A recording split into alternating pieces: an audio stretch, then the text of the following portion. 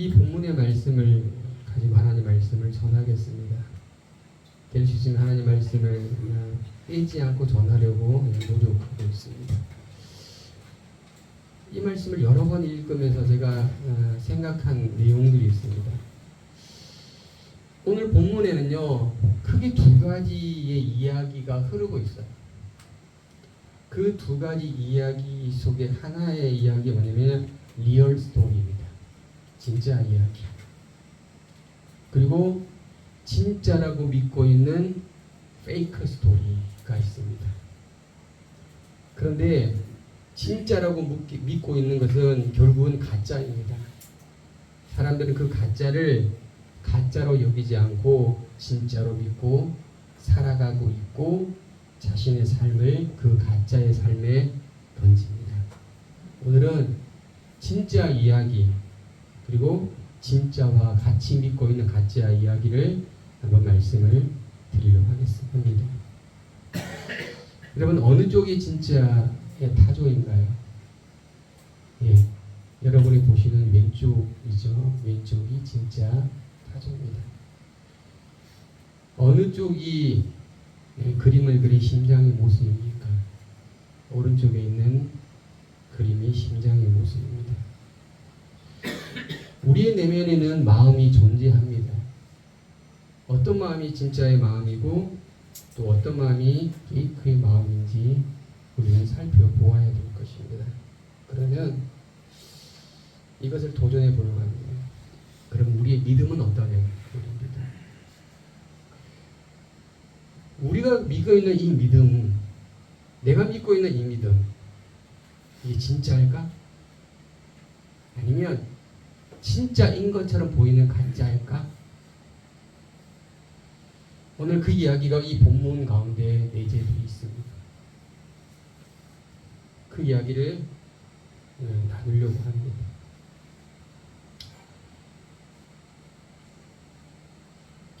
오늘은 먼저 이 리얼 스토리에 대한 진짜 이야기에 대한 얘기를 먼저 드릴 것입니다. 이 진짜 이야기는 예수님 마음속에 있는 이야기예요. 그 마음속에 있는 이야기를 함께 나눠볼 것입니다. 예수님은 죄의 대가를 지시려고 이 땅에 오셨어요. 그리고 많은 사람들을 위해서 죽으시려 죄의 속죄물이 되시려고 이 땅에 오셨습니다. 마가복음 20장 28절에 말씀하신 것처럼 자기의 목숨을 많은 사람의 대속물로 주려 합니다. 이것이 예수님이 가지고 있는 본뜻, 아니 하나님의 본뜻이 바로 마태복음 20장 28절의 말씀입니다. 여기 화면에 보이는 것처럼 어린 양이 죽어야 됩니다. 근데 이 어린 양을 죽이는 이가 누군지 압니까? 죄를 진 자예요. 예수님이 죽이는 것이 아니에요. 죄를 진 자가 이 어린 양을 죽이는 것입니다. 그 어린 양의 죄를 전가하고 그 어린 양을 죽이는 것입니다. 그리고 그 어린 양을 어떻게 하냐? 다 포를 뜨고 강을 떠가지고 불 위에 불사는 것이 화제인 것입니다. 그러니 오늘 본문의 말씀이면 50장 이렇게 말합니다. 예수님은 지난주에 겟세마네 기도에 철저하게 3번의 기도를 통해서 하나님의 이 고난의 전을 지나가기를 소망했지만 아버지의 뜻대로 행하기를 예수님 소망했습니다.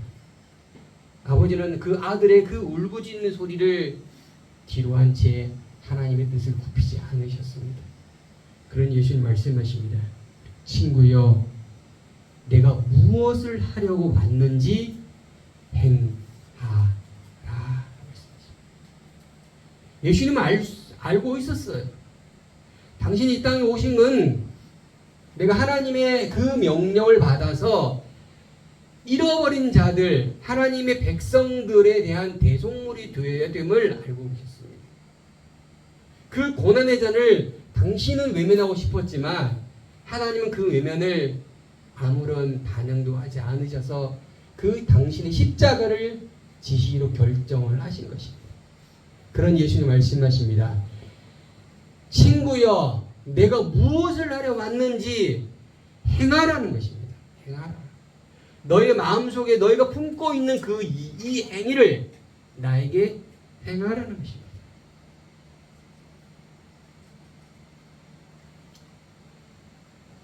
57절 말씀을 같이 말씀드릴 거예요. 시작. 예수를 잡는 자들이 그를 끌고 대제사장 가야바에 가니 거기 서기관과 장로들이 모여 있더라라고 성경 말하고 있습니다. 예수님은 잡히십니다. 잡히십니다. 여기 잡다가 시저를 쓰면 시저. 이 시저는 그냥 탁 하고 잡는 게 아니에요. 어떻게 잡냐? 움켜 잡는 거예요. 우리가 영화를 보면 어떻게 합니까? 범인들 어떻게 합니까? 강제로 움켜 잡는 것처럼 여기가 이 시저가 그겁니다. 강제로 움켜 잡는 거예요. 강제로 움켜 잡는 거예요. 강제로 움켜 잡으려면 어떻게 되냐입니까? 증거가 명확해야 돼요. 명확한 증거를 가지고 강제로 움켜 잡아야 되는 거예요. 근데 예수님이 가지고 있는 죄가 어떤 것인지 알지 못하지만 이들은 예수님을 강제로 움켜 잡습니다. 여러분 지금의 시대는 함부로 경찰들이 사람들을 잡지 못합니다. 근데 과거에 2000년 전만 해더라도 아니죠. 과거에 50년 전만 해도 경찰의 공권력은 어마무시했습니다. 그러니 이 2000년 전에 예수님이 아무리 발버둥쳐도 될 수 없었기에 이들은 강제로 집행합니다. 그런데 이들이 누구냐? 이들이 로마 병정이 아니에요. 가이사와 대제사장과 장로들을 보낸 이들입니다. 쉽게 말하면 돈을 준 사병인 겁니다. 사병. 이들은 예수를 꼭 움켜잡고 어디로 가느냐? 오늘 본문에 가야바에게로 갔다. 가야바가 누구냐? 대제사장의 이름인 거예요. 예수님을 움켜잡아서 법정으로 가야 되는데 가야바에게로 갔다는 거예요. 여러분, 대제사장의 역할이 뭔지 압니까? 대제사장의 역할은 히브리서 9장 7절 말씀처럼 성막은 두 가지의 막으로 되어 있습니다.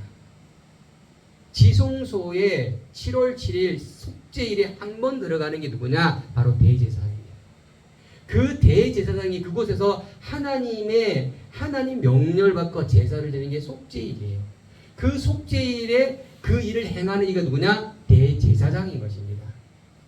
만약 하나님의 뜻이 응하지 않으면 대제사장 그곳에서 즉사를 합니다. 그래서 대제사장의 발꼬리에 뭐냐? 방울이 달려 있어요. 그래서 그 속죄성에 아무나 들어가지 못하면 대제사장만 들어갈 수 있어요.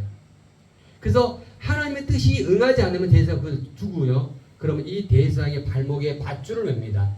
깔랑깔랑깔랑 돌아다니면 살아있는 거고 아무 소리 나지 않으면 죽은 거예요. 그래서 죽었을 때 어떻게 됩니까? 밧줄을 끄집어 당깁니다. 바로 이 대제사장 역할이 바로 뭐냐? 속죄일에 속죄 제사를 드리는 것이 대제사장 역할이에요.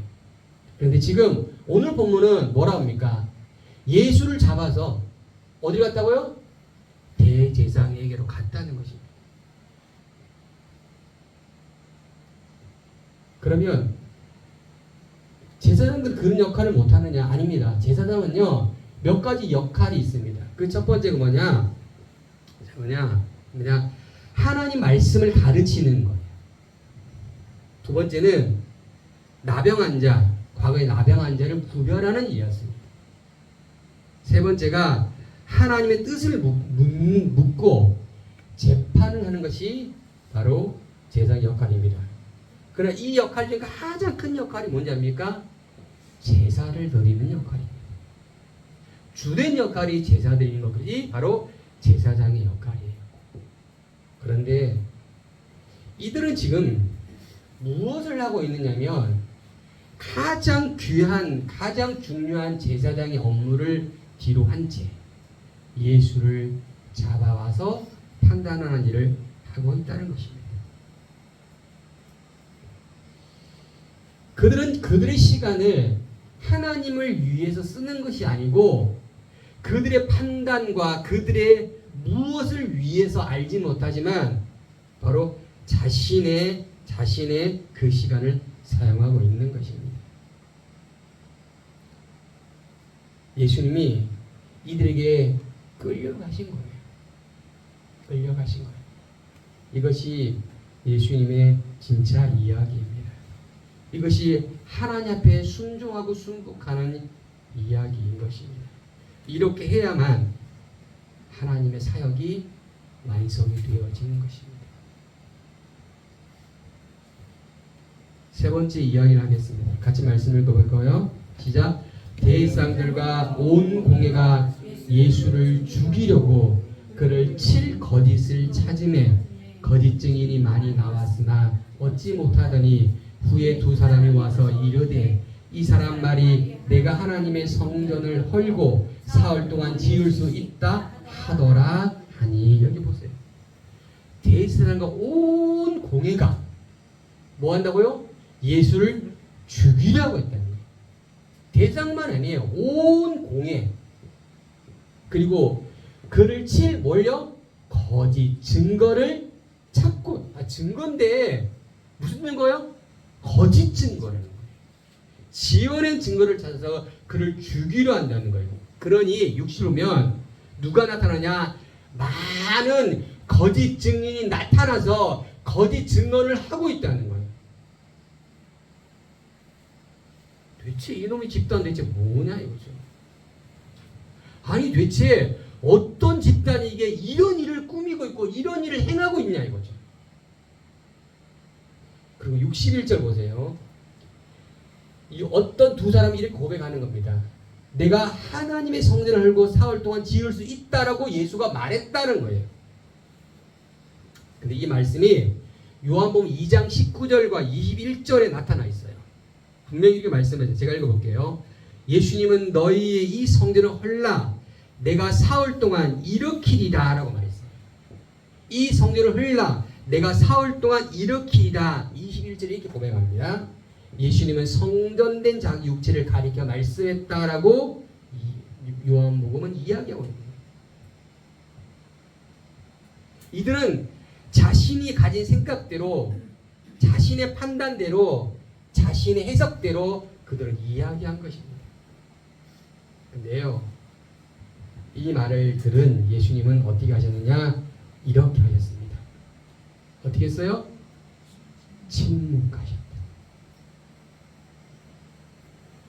이것이 예수님의 진짜 스토리예요. 예수님 변명이 아니었어요. 어떻게 했다고요? 침묵. 아무 말씀하지 않으셨어요. 거짓을 뿜어내는 그들을 향해서 가만히 있어요. 거짓을 바라는 그들 향해서 그냥 가만히 묵묵히 그냥 그 소리를 들으신 거예요.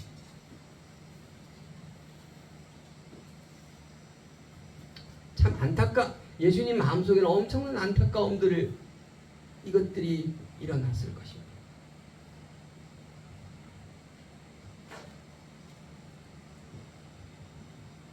그리고 대제사장이 뭐라고 얘기합니다. 이렇게 말합니다. 제가 말씀을 읽어볼게요. 대제사장이 이르되 내가 너로 살아계신 하나님께 맹세하게 하노니 내가 하나님의 아들 그리스도인 것을 말하라. 이게 무슨 말이냐? 대제사장이 요구를 하는 것입니다. 하나님의 이름으로 요구를 하는 거예요. 너가 하나님의 아들인 것을 네 입으로 말해라는 거예요. 네 입으로 내 앞에서 말해라. 그 말하라가 말하는 그 말하라를 무엇으로? 하나님의 이름으로. 이게 너무 비관된 얘기인데 네 입으로 나에게 말해달라는 거예요. 너가 하나님의 아들이다면 나에게 말해달라는 것입니다. 예수님 뭐라고 말씀하시지 아십니까? 오늘 본문처럼 이렇게 말씀하십니다. 내가 말하였다. 영어성은 you have said so. 너는 가지고 있는 거예요. said so. 그렇게 말한 걸 너가 가지고 있다는 거예요. 너는 네 마음속에 벌써 내가 하나님의 아들인 걸 네 마음속에 가지고 있다라고 예수님 말씀해 주신 거예요. 그리고 예수님 또 말씀하십니다. 뭐라고 말씀하십니까? 더 한 걸음 나아가서 그 미래의 말씀을 하시는 거예요. 내가 너에게 이르노니 이후에 인자가 권능의 우편에 앉아 있는 것을 하늘 구름을 타고 오는 걸 너희가 볼 거다라고 예수님이 진짜 말씀을 해주셨습니다. 예수님은 누구인지를 분명하고 명확하게 드러내셨습니다. 예수님 누굽니까? 하나님의 아들인 거예요. 그 하나님의 아들인 것을 그들의 입으로 토설하는 걸 향해서 네가 말하였다. 그리고 나는 누군지 아니? 하나님 아들 권능을 하나님의 우편에 앉아 권능으로 다시 이 땅에 올 거다라고 다시 분명히 말씀한 진짜 이야기를 그들에게 선언해 주셨다는 사실입니다.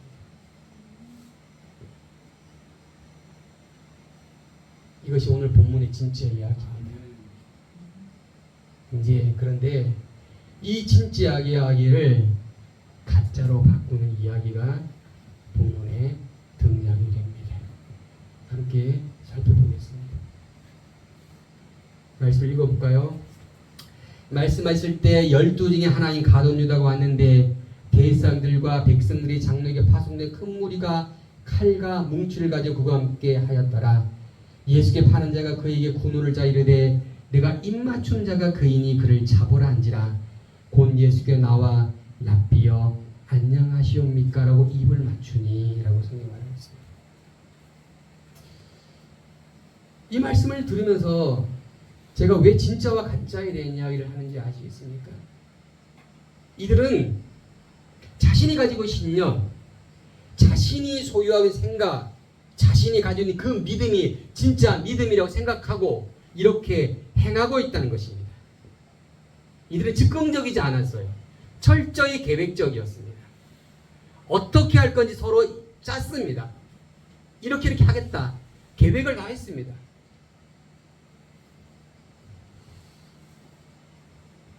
예수님을 잡아서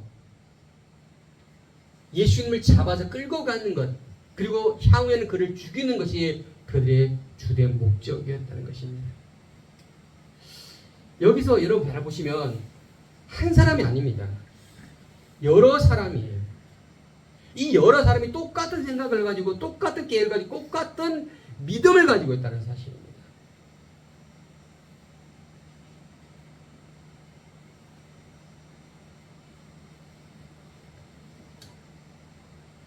과연 이들의 행동, 이건 과연 무엇이냐 이거죠.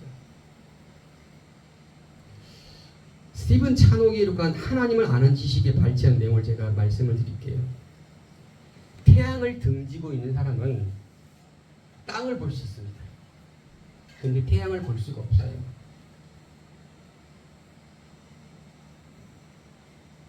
하나님을 아는 지식과 하나님의 백성은 하나님에 대해 맺고 있는 관계와 하나님의 언약 관계를 이해해야만 하나님께 돌이켜 나아갈 수가 있는 것입니다. 그래서 예레미야 24장 7절 이렇게 말합니다. 그들이 전심으로 내게 돌아오게 하리라. 호세아 6장 1절 3절 보면 우리가 여호와께 돌아가자. 그러므로 우리가 여호와를 알자라고 성경 우리 이야기하고 있는 것입니다. 하나님의 생명이 되신 성령을 우리에게 부어주시고 그 성령 우리의 교사가 돼서 우리의 교훈을 가르치도록 우리는 해야만 되는 것입니다. 근데 그 성령의 책망을 뒤로 한다면 우리가 태양을 등지고 있는 것과 유사하다는 것입니다. 하나님 말씀과 그 하나님의 길에서 그 전보다 더 많은 것을 보게 될 것입니다. 여러분, 학문을 연반한 것은 뭡니까? 그 학문의 모든 것을 몰두해야만 되는 것이에요. 거듭남을 경험하지 않은 사람은 하나님에 대해 살아있고 하나님에 대한 민첩한 깨달음을 느낄 수가 없는 것입니다.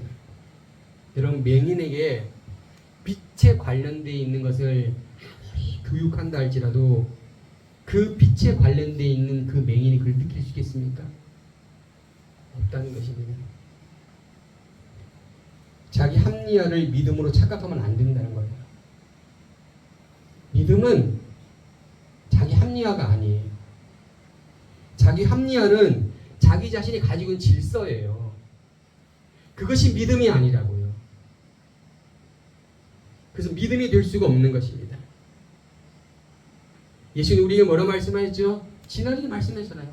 부인, 너희가 나를 어떻게 해요? 다 부인할 거다라고 말씀하십니다.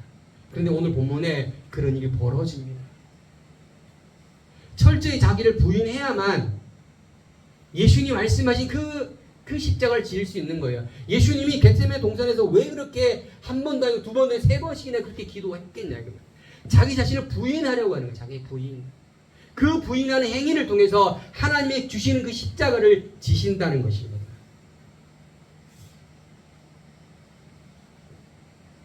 자기를 부인하지 않으면 합당한 삶이 아니라고 성경은 우리에게 말하고 있습니다. 여러분, 가짜 이야기는 자기가 들어가 있어요. 가짜 이야기 속에는 순수함이 없는 거예요. 하나님의 순백함, 순결함이 없는 것입니다. 뭐가 들어가 있습니까? 자기가 들어가, 자기. 다 자기 생각입니다. 자기 판단입니다. 자기 합리화로 똘똘똘 뭉쳐 있습니다.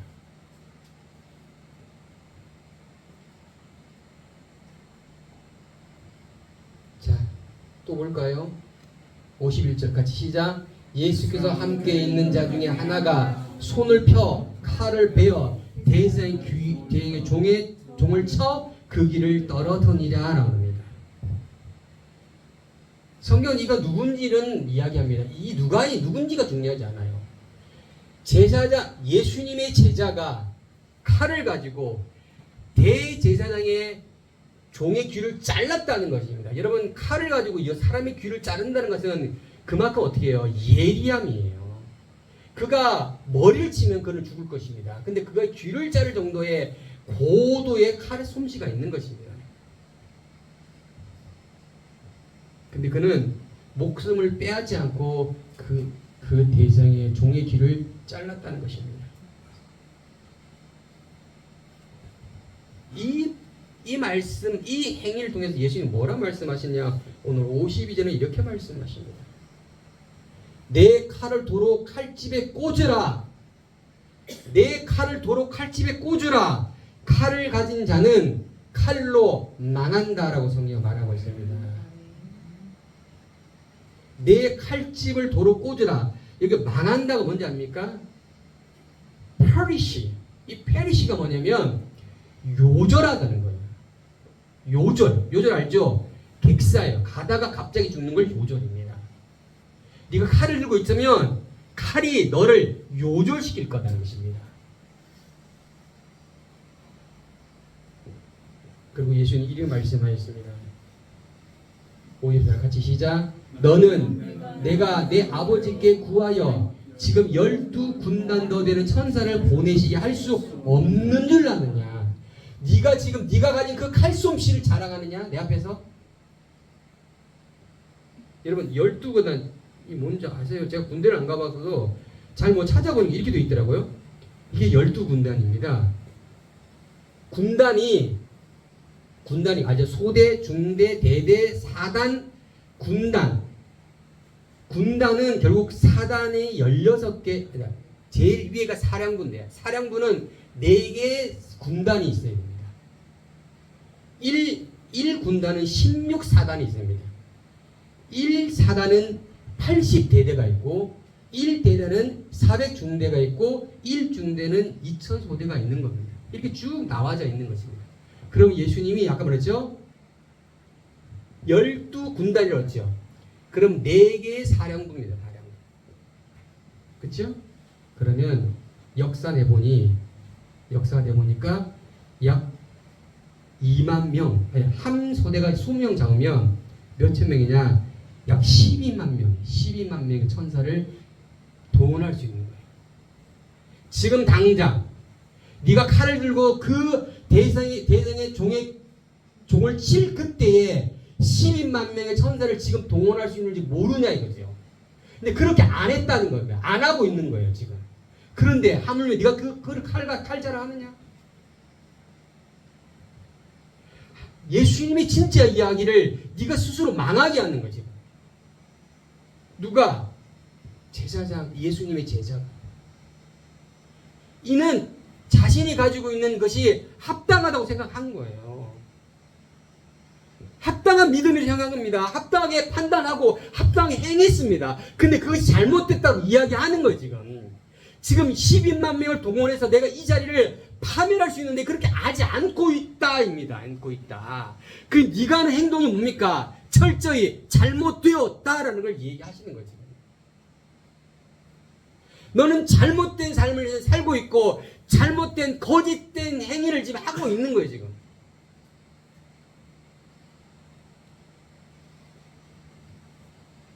가짜입니다. 가짜. 진짜 믿음이 했는데 아니라는 거예요. 가짜 믿음이 있다는 거예요. 너의 힘을 믿었고 너의 능력을 믿었어. 예수님 철저히 배제된 거예요.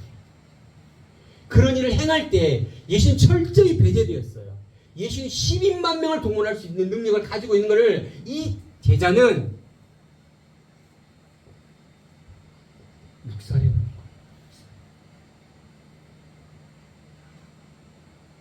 여러분, 우리가 가지고 있는 능력과 힘을 우리가 내려놓아야 됩니다. 우리가 내려놓지 않으면 예수님의 그 능력이 드러나지가 않는다는 것입니다. 우리의 능력과 우리의 힘은 드러날 수 있습니다. 얼마나 예리하게 잘랐으면 귀를 싹 하고 잘랐겠습니까? 근데 그것이 아무렇지도 않다는 거예요. 예수님 엄청난 그 능력 앞에는 아무것도 아닌데도 불구하고 능력을 지금 이 제자는 나타내고 있는 것입니다. 우리의 물질적인 힘, 지식적인 힘, 육체적인 힘, 젊은 힘을 내려놓아야 됩니다. 그것을 사용하는 것은 하나님의 신령한 힘을 사용하지 못하게 된다는 사실을 기억하시기 바랍니다. 하나님의 신령한 힘이 드러나려면 내 힘이 사라져야 되는 것입니다.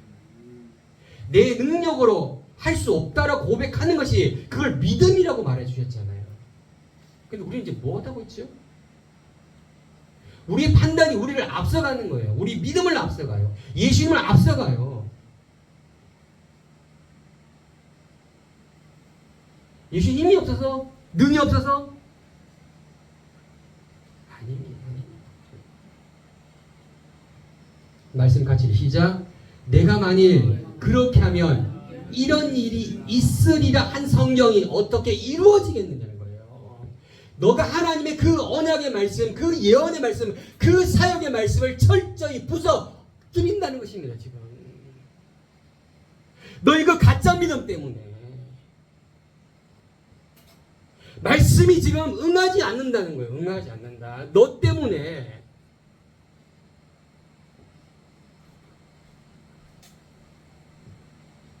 근데 여러분, 칼이 그 칼만 칼인 줄 압니까? 이것도 칼입니다. 시편 57편 4절면 그들의 이는 창과 화살이요 그들의 혈은 날카로운 칼과 같다 말하는 것입니다. 여러분, 우리의 이가, 우리의 혀가 바로 칼이요 창이요 활이라는 사실을 기억하시기 바랍니다. 우리 잘못된 이 색치혀로 그렇게 되어진다는 거예요. 그럴 때 하나님이 말씀하신 그 온전한 그 사역들이 어그러지게 되는 것입니다. 무너지게 되는 것입니다. 누구 때문에? 예수님의 가장 첫 번째 믿음 좋다는 수제자 때문에.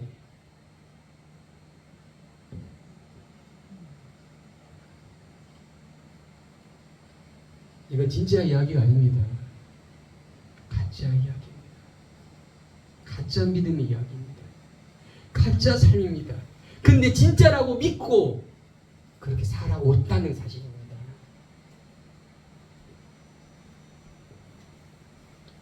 또 볼까요? 또 가짜 이야기를 또 하겠습니다. 58절 말씀 읽겠습니다. 베드로가 멀찍이 예수를 따라 대선 집에 뜰에 가서 그 결말을 보려고 안에 들어가 하인들과 함께 앉았다라고 말합니다. 그런데요, 우리 56절 가면 제자들이 다 예수를 버리고 도망했다라고 말합니다. 그리고 나서 베드로는 모르겠습니다. 수제자인지 안 도망가고 예수를 멀찍이, 아시죠? 멀찍이 아시죠? 매일찍이 뭡니까? 뭐 안 보여 안 보여. 누가 누군지 구별도 안 되게 매일찍이 지켜보고 있는 거예요. 왜? 일말의 양심은 있었는 거겠습니다. 매일찍이 졸졸졸졸 따라갑니다. 여러분 그의 마음이 뭐가 가득 찼겠습니까? 두려움이 가득 찼겠죠. 그의 마음에 리얼의 예수의 말씀이 하나도 없고 온전히 두려움으로 그의 마음이 뒤엎었겠죠.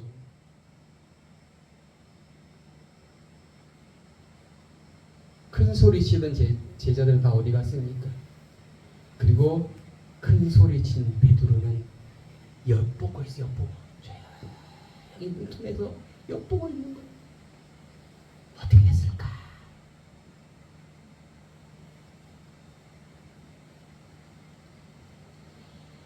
이 어린아이의 모습이 베드로의 모습과 같지 않습니까? 이 베드로에게 돈을 던질 수 있겠습니까? 믿음이 없다고?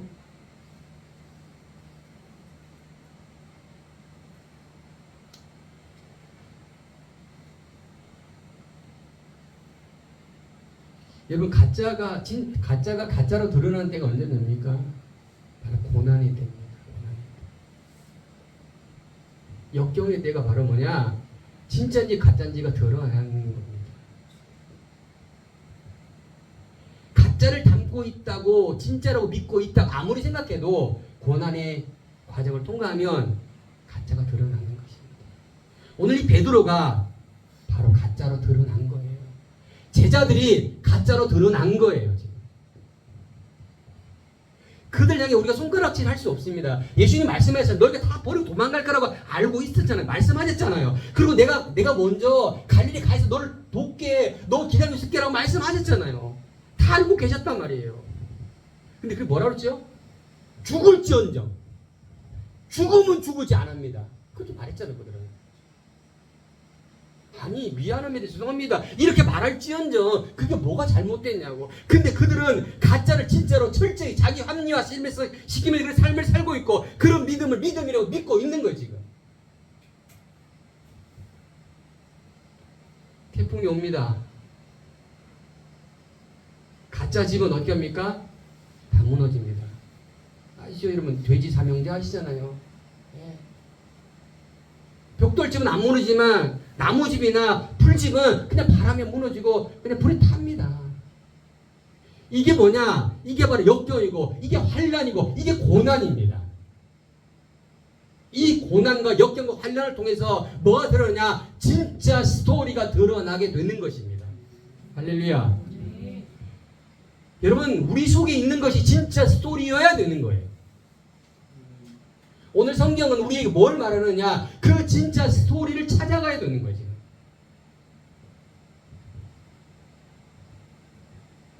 자, 또 보세요. 여기 더 웃긴 얘기 나옵니다. 베드로가 어디 앉았는지 압니까? 성경에 하인들과 함께입니다. 제가 갑자기 이 생각 하인과 함께라는 생각이 났습니다. 제가 예전에 창조박물관에서 근무를 하던 때였습니다. 근데 저희 겸연이가 한 3살쯤 됐습니다. 근데 얘가 없어졌어요. 갑자기. 애들은 갑자기 막 소풍을 왔는데 갑자기 겸연이가 없어진 거예요. 그래서 막 찾았어요. 거기 한 3,000평 되니까 동네에 없는 거예요. 얘가. 그래서 나중에 알고 보니까 박물관 정면에 아이들이 앉아있는 그거 딱 앉아있는 같이 걔들과 함께 앉아있는 그렇게. 그 선생님은 자기가 누군지 모르니까 나중에 겸연이를 찾았지. 여러분 함께 앉았다. 누가 함께?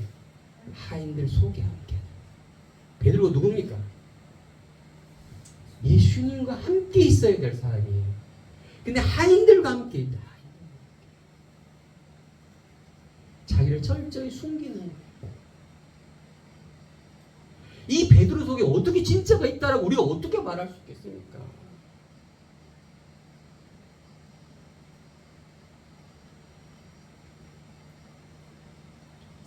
자, 59절 60절 같이 읽습니다. 시작.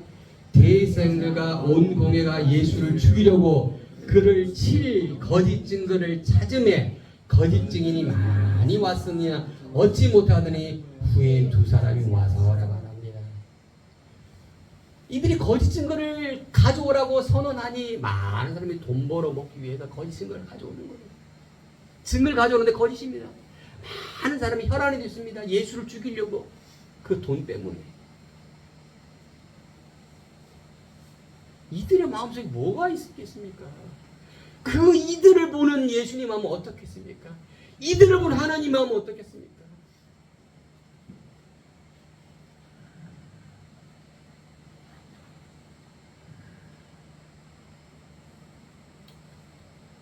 무엇을 위해, 누구를 위해 그 거짓 증거를 가지고 오느냐 이겁니다.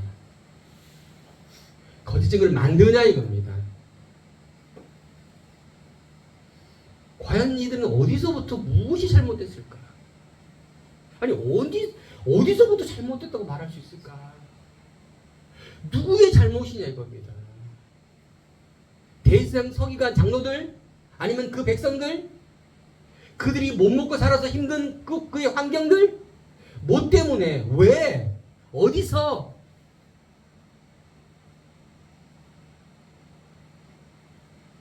어떤 한 검사님이 있었습니다. 그 검사님한테는 아들이 하나가 있었어요. 이 검사님은 엘리트였고 되게 똑똑하시고 샤프했습니다. 그래서 이 검사님 마음속에는 내 자녀를 올바르게 잘 키워야겠다라는 생각을 하셨어요. 그래서 아이를 어릴 때부터 철저히 훈육을 하시고 모나지 않게 키우셨습니다. 그런데 이 검사님이 점점점 아이가 자라니 통제를 하기 시작합니다. 그 아이의 시간, 그 아이의 환경. 그러니까 아이가 공부를 잘했습니다. 아빠를 닮아서 되게 명석했습니다. 뛰어났어요. 잘합니다. 근데 집에만 오면 이 아이가 엄청난 스트레스와 흥분의 도가니에 쌓입니다. 왜? 그 아버지의 철저한 훈육과 통제를 견디지 못하는 거예요. 나중에 이 아버지가 아들의 핸드폰에 위치 추적 앱까지 깝니다. 더 심한 건 뭔지 압니까? 이 아들의 방에 몰카를 설치합니다. 그리고 그 아버지 하는 말, 내가 너를 잘 키우기 위해서. 아이는 극도한 스트레스로 졸도를 합니다. 이 아버지를 벗어날 수가, 아버지와 있는 자체가 이 아이는 고통인 거예요. 아버지는 잘 키우기 위해서, 좋은 자녀를 만들기 위해서, 앞에 사회에 나와서 정말 떳떳한 자녀가 되기 위해서 이렇게 생각하고 자녀를 키우는데 이 아이는 아니었어. 여러분 어떻게 생각하십니까? 이 아버지를 어떻게 생각하십니까?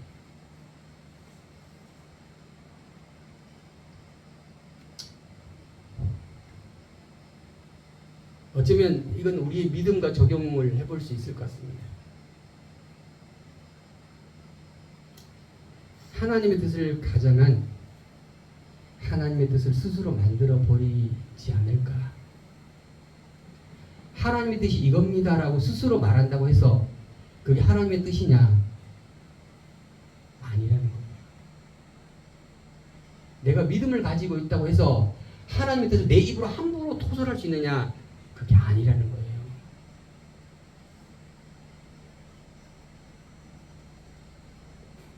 십자군 전쟁을 아시죠, 여러분? 십자가를 받아들이지 않으면 칼을 죽입니다. 이 십자군 전쟁입니다. 복음을 전하기 위해서 칼을 드러냅니다. 그게 진정한 복음일까요? 우리는 우리가 가지고 있는 힘과 권력과 능력으로 타인을 향해 이렇게 합니다. 아버지는 힘이 있어요. 아들은 힘이 없어요. 아버지는 좋은 아빠가 되기 위해서, 좋은 아버지, 너 좋은 환경에 자라가기 위해서 이렇게 했지만 그 아들이 받는 그 고통은 무지막지한 것입니다.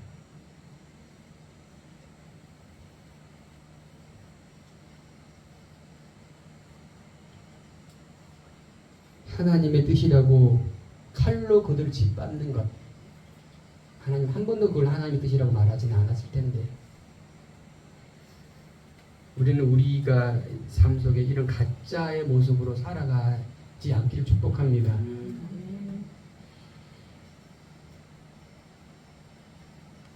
또 말씀 읽어볼까요? 시작.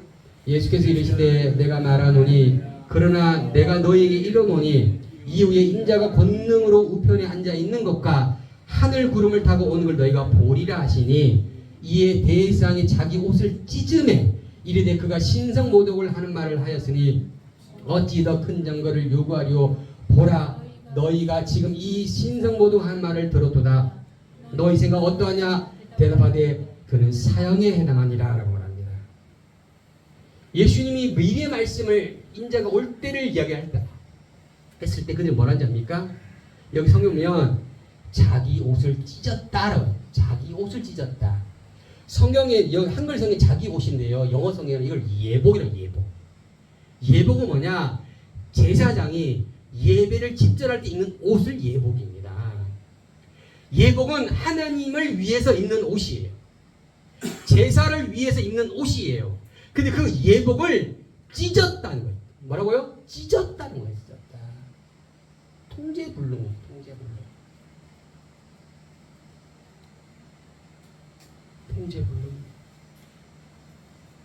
그리고 예수님에게 신성모독한 사람이라고 물어보는 거예요. 너 이 말 들었지? 너 어떻게 생각해? 물어보니 어떻게 해요? 모든 사람이 사형. 도대체 무슨 근거와 무슨 판단으로 예수님을 사형이라고 말하는지 모르겠지만 모든 사람이 동일하게 그를 사형이라고 선언하는 있다는 것이에요. 이것이 하나님이 예수님에게 주셔야 될 사역이지만 예수님 입장에서는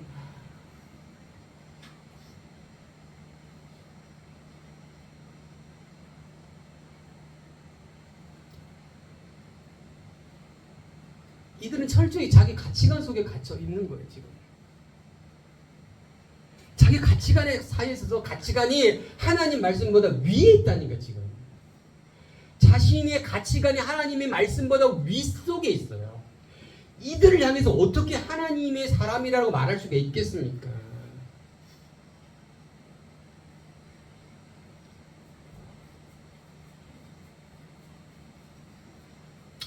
이들은 그 누구보다 믿음의 선배들입니다. 이 믿음의 선배들을 쫓아가야 갈 수 있겠습니까? 가야 되겠습니까? 아니에요, 여러분. 아니라니까요. 부모가 부모라고 부모니까 아니고요. 목사가 아니고요. 집사가 아니고 성도가 아니라니까요. 가짜가 많다니까요. 베드로도 지금 가짜잖아요, 지금. 이들도 가짜잖아요, 지금. 그 가짜 때문에 누가 희생됩니까? 예수님이 희생되고 있잖아요. 그러면 어떻게 되겠습니까? 여러분 리모델링 아십니까? 리모델링 어떻게 하죠? 먼저 리모델링 첫 번째 뭔지 압니까? 다 때려 부시는 겁니다. 이게 리모델링입니다. 다 버리는 겁니다. 그리고 어떻게 해요? 다시 새롭게 만드는 거예요. 이게 리모델링입니다. 우리의 믿음이 어떻게 됩니까? 리모델링 돼야 돼요. 할렐루야. 그렇게 안 하면요, 자기 합리화가 철저히, 자기 가치에 철저히 거기 갇혀 있는 거예요. 과거에 배웠던 게 그게 뭐 중요하냐고요.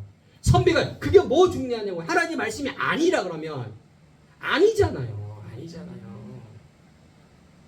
진리가 아닌 것은 진리가 아니라고 말해야 되는데 아니라니까요.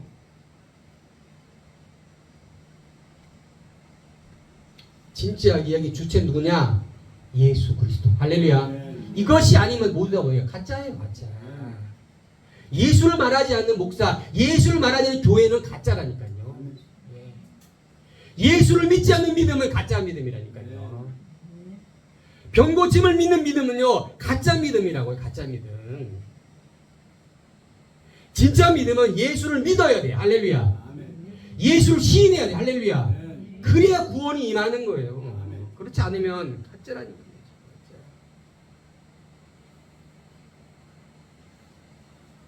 여러분, 우리 인생에 기록된 책입니다.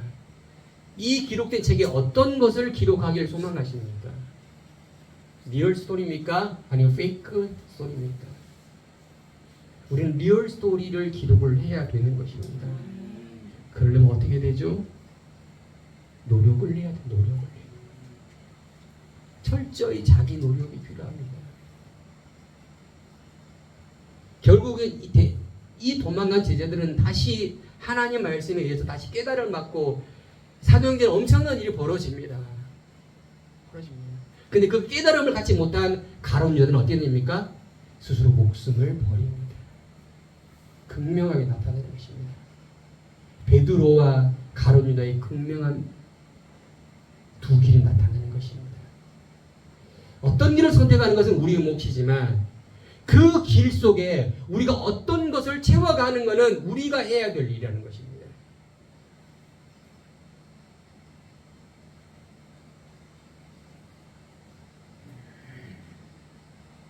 예수님을 하나님의 아들로 받아들이지 않는 그들은 결국 예수님을 신성 모독죄로 몰아서 죽음에 이르게 하는 것입니다. 그들은 가짜를 진짜로 포장해서 사람들을 선동했습니다. 예수님 어떻게 하죠? 묵묵히 받아들이셨잖아요. 사람들은 말합니다. 눈에 보이는 걸 믿겠다. 눈에 보이는 걸 믿겠다. 여러분, 우리 눈이 얼마나 간사한지 압니까? 자그마한 트릭에도, 영화 아시죠? 영화는 트릭입니다. 카메라를 통해서 트릭을 만들어내요. 그 트릭을 보고 우리는 어디가 진짜로 믿어버려요. 우리 눈은 너무나 간사해요. 우리 눈을 믿지 마세요. 우리 생각을 믿지 마세요. 이건 믿을 수가 없는 거예요. 변하지 않는 그 진리를 믿기를 축복합니다. 주님 말씀하십니다. 뭐라 말씀하십니까? 여모 14장 6절 예수께서 이르시되 내가 곧 길이요 진리요 생명이니 나로 말미암 자거는 아버지께 올 자가 없다. 할렐루야. 제가 왜 자꾸 예수를 강조합니까? 성에 기록되어 있는 거예요. 나로 말미암아 올 자가 없으니 우리가 예수를 선언하고 예수를 말하고 예수의 이야기가 나의 삶 속에 가득 차야지. 이게 진짜 리얼 스토리지. 예수가 빠진 수많은 많은 거 채워지면 결국 고난이 왔을 때 예수를 버리게 되는 것입니다. 예수를 버리지 않기를 축복합니다. 아멘. 버리면 안 되는 거예요. 우리는 버릴 수가 없습니다. 왜? 예수가 생명이고 예수가 진리고 예수가 길이기 때문에 그런 겁니다. 여러분 어떤 길을 갈 것입니까? 어떤 길을 갈 건 우리가 선택하는 거예요. 진짜의 길을 가든 페이크의 길을 가든 그는 우리가 갈 길을 가야 되는 것입니다. 목사님 두려워요. 맞습니다. 혹시나 내가 페이크 길을 가면 어떻게 하냐? 갑자기 생각이 났습니다. 제가 어렸을 때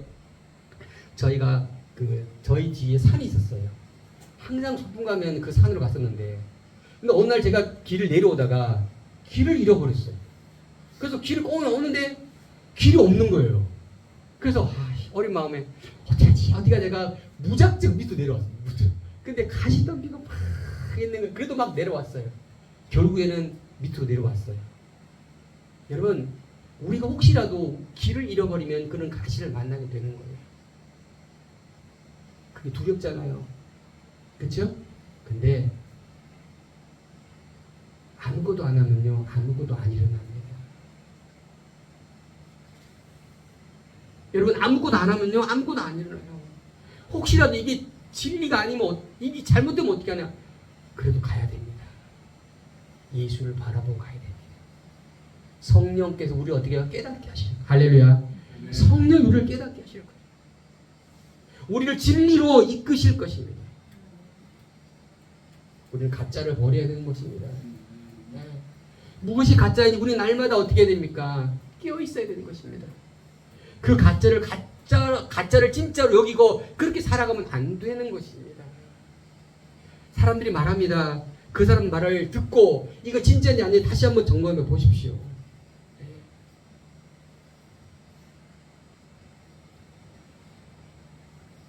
예수님은 어린 양을 찾으러 구원하고 오셨고 그리고 그 예수님은 당신의 사역을 끝까지 잘 감당을 하시고 계시는 것입니다. 왜냐? 예수님은 어떤 대가를 치르더라도 그 일을 하셔야 되기 때문에. 그러면 우리도 마찬가지로 우리도. 그냥 조용히 목사님은 살다 갈게요. 그렇게 사셔도 됩니다. 그 잘못된 건 아니에요. 왜? 하나님은 각각의 달란트를 주셨다는 거예요. 1달란트 주셨고 어떤 게 5달란트 주신 거예요. 그 1달란트 주셨으면 그 1달란트 가지고 감사함으로 자신의 일을 해나가면 되는 거예요. 그게 잘못됐다라고 손가락질할 수 있는 건 아무도 없어요. 왜? 하나님 주신 각각의 사역이 각각의 달란트이기 때문에. 달란트 받은 자 향해서 여러분 스크래치를 내면 안 되는 거예요. 지금 누가 그러냐? 가룟유가 가룟. 뭐랍니까 지금? 예수님의 죽음을 예언했던 그 마리아에게 뭐랍니까? 사람 뭐죠? 제자들이 그거 팔아서 가난한 사람이 주지. 그 여인이 그걸 몰라서 그렇게 했겠습니까? 그거보다 더 우선되는 게 뭐냐입니까? 예수의 죽으심이 훨씬 더 중요하기 때문에. 할렐루야. 이게 더 중요하기 때문에 그는 그렇게 한 거예요.